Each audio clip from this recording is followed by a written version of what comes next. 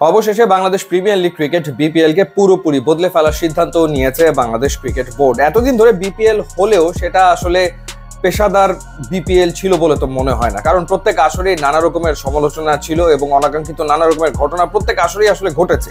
এবার বিসিবি সিদ্ধান্ত নিয়েছে যে পেশাদার কাঠামোতে দাঁড় করানো হবে দেশের এই ফ্র্যাঞ্চাইজি ক্রিকেট টুর্নামেন্টকে। এবং নতুন সভাপতি আমিনুল ইসলাম বুলবুলের নেতৃত্বে যে বোর্ড সভাটা হয়েছে সেটা 6 ঘন্টা ব্যাপী একটা বোর্ড সভা। সব মিলিয়ে 30টা বিষয় নিয়ে সেখানে আলোচনা হয়েছে এবং বিপিএল নিয়ে সেখানে দীর্ঘক্ষণ আলোচনা হয়েছে। অনেকগুলো সিদ্ধান্ত হয়েছে, সে বিষয়ে আলোচনা করতে চাই। প্রথমত হচ্ছে যে এবার যে ফ্র্যাঞ্চাইজিগুলো দেওয়া হবে সেগুলো দেওয়া হবে 5 বছর মেয়াদে। এর আগে যারা বিপিএল এ সংযুক্ত হয়েছিল তারা বলেছিল যে লম্বা সময়ের জন্য আসলে ফ্র্যাঞ্চাইজি দেওয়া উচিত। তো এবার বাংলাদেশ ক্রিকেট বোর্ড সিদ্ধান্ত নিয়েছে প্রতিষ্ঠানগুলোকে 5 বছরের জন্য আসলে ফ্র্যাঞ্চাইজি দেওয়া হবে। এর আগে দেওয়া হয়েছিল 3 বছরের জন্য। যে দলগুলো আছে এর ভেতরে গোটা 3 দল টিকে থাকবে, অর্থাৎ ফরচুন বরিশাল যেরকম থাকবে বিপিএল এ, রংপুর রাইডার্স থাকবে। এছাড়া শাকিব খান তিনি গত আসরে যুক্ত হয়েছেন বাংলাদেশ প্রিমিয়ার লিগের সাথে এবং তার দলও থাকছে। বেশ কয়েকটা দলে পরিবর্তন আসছে নিশ্চিতভাবে।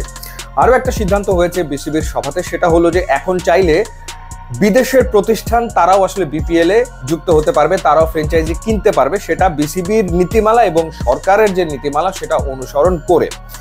গত আসরেও আমরা আসলে শুনছিলাম যে দুবাই ভিত্তিক একটা প্রতিষ্ঠান তারা বিপিএল এর দল কিনতে আগ্রহী। এখন যেটা জানা যাচ্ছে সেটা হলো যে আইপিএল এর দল, শাহরুখ খানের দল কলকাতা নাইট রাইডার্স, তারা বাংলাদেশ প্রিমিয়ার লিগ ক্রিকেটে দল নিতে চায়।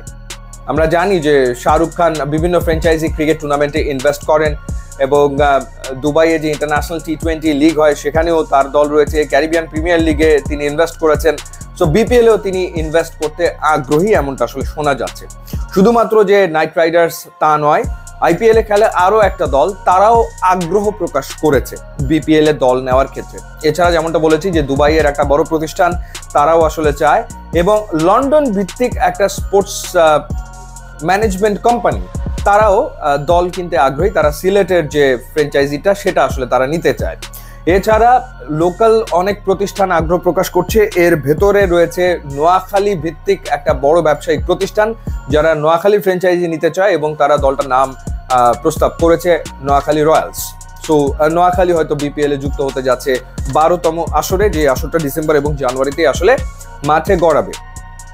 এছাড়া আরো কয়েকটা প্রতিষ্ঠান রয়েছে। বিসিবি এবার স্ট্রিক্ট, সেটা হলো যে তারা ব্যাংক গ্যারান্টি ঠিকঠাক মতো বুঝে নিতে চায় এবং তারা 5 বছরের জন্য যেহেতু ফ্র্যাঞ্চাইজি দিয়ে দেবে সেই ক্ষেত্রে তারা একটা বড় অঙ্কের অর্থ ফি, ফ্র্যাঞ্চাইজি ফি তারা প্রতিষ্ঠানগুলোর কাছ থেকে আগে বুঝে নিতে চায়। এবং বিপিএল এর দায়িত্বে ঠিক এই মুহূর্তে রয়েছেন মাউ আনাম, যিনি বাংলাদেশ ক্রিকেট বোর্ডের সবচেয়ে অভিজ্ঞ পরিচালক। সুতরাং তিনি আসলে একেবারে বলা যায় যে টপনচ একটা টুর্নামেন্ট উপহার দেওয়ার প্রত্যয় ব্যক্ত করেছেন এবং সেই ক্ষেত্রে বিপিএল এর দায়িত্ব ছেড়ে দেওয়া হবে যারা ইভেন্ট করে, স্পোর্টসের ইভেন্ট করে, দেশের না বিদেশের নামি দামি যে প্রতিষ্ঠানগুলো রয়েছে সেই প্রতিষ্ঠানের কাছে এই ইভেন্ট করার দায়িত্ব ছেড়ে দেওয়া হবে। অর্থাৎ বিসিবি নিজের থেকে কোনো কিছু করবে না, বাইরের প্রতিষ্ঠান এসে তারাই সবকিছু করবে। প্রোডাকশন থেকে শুরু করে, ব্রডকাস্ট থেকে শুরু করে ম্যানেজমেন্ট সবকিছু আসলে তারা দেখভাল করবে, এরকম সিদ্ধান্ত হয়েছে। ভেন্যু বাড়ানোর কথা ব্যাপকভাবে আলোচনা হয়েছে মিটিংয়ে। অন্তত একটা ভেন্যু তো বাড়ছে নিশ্চিতভাবেই। রাজশাহী যুক্ত হয়ে যাচ্ছে এবং বরিশালও যুক্ত হয়ে যেতে পারে। মাস 2-এর ভেতরে যদি বরিশাল স্টেডিয়ামের সংস্কার কাজ শেষ হয়ে যায় তাহলে বরিশালেও বিপিএল এর নেক্সট সিজনের ম্যাচ দেখা যাবে এবং ফরচুন বরিশালের মালিক যিনি রয়েছেন মিজানুর রহমান, তিনি আসলে জোর দাবি জানিয়েছেন যে বরিশালে যেন খেলা নেক্সট সিজনেই আসলে হয়। তো তার কথাকে গুরুত্ব দিয়ে বরিশাল স্টেডিয়ামকেও বিবেচনায় রাখা হচ্ছে নেক্সট সিজনেই। তো বেশ কিছু সিদ্ধান্ত বিপিএল কেন্দ্রিক আসলে হতে যাচ্ছে, নেওয়া হচ্ছে, যেগুলো বললাম। তো দেখা যাক নতুন যে কাঠামো সেই কাঠামোতে বিপিএল তার পুরনো জৌলুস আসলে ফিরে পায় কিনা এবং